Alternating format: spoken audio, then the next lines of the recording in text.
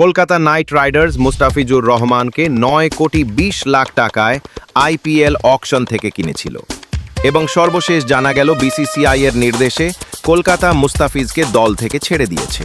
এখন প্রশ্ন হলো, তাহলে মুস্তাফিজ কে কেন অকশনে তোলা হয়েছিল? আগের দিন ভারতের বাংলাদেশ সফর নিশ্চিত করা হলো, পরের দিন মুস্তাফিজকে বাদ দেওয়া হলো। ভারতীয় মিডিয়া থেকে বলতে শোনা যায় মুস্তাফিজকে বাদ দিয়ে নাকি হিন্দুত্ববাদের জয় হয়েছে। এক বিজেপি নেতা বলেছেন আইপিএল থেকে পাওনা অর্থ নাকি মুস্তাফিজ ভারত বিরোধী কর্মকাণ্ডে খরচ করতে পারেন। কি হাস্যকর যুগ! আপনাদের তো অনেক ক্ষমতা, তো সামনে টি-20 বিশ্বকাপ থেকে বাংলাদেশ দলকে বাদ দিয়ে দেখান কেমন ক্ষমতা আপনাদের। পারবেন না জানি, আপনারা তো দুধের স্বাদ ঘোলে মেটাতে চাচ্ছেন। মুস্তাফিজকে বাদ দিয়ে মিসাইল মারার শান্তি খুঁজছেন। মনে রাখবেন, ক্ষতিটা আপনাদের হলো আইপিএল কর্তৃপক্ষ লাখ লাখ বাংলাদেশি আইপিএল ভিউ হারাবেন। আমাদের লাভটা কি জানেন?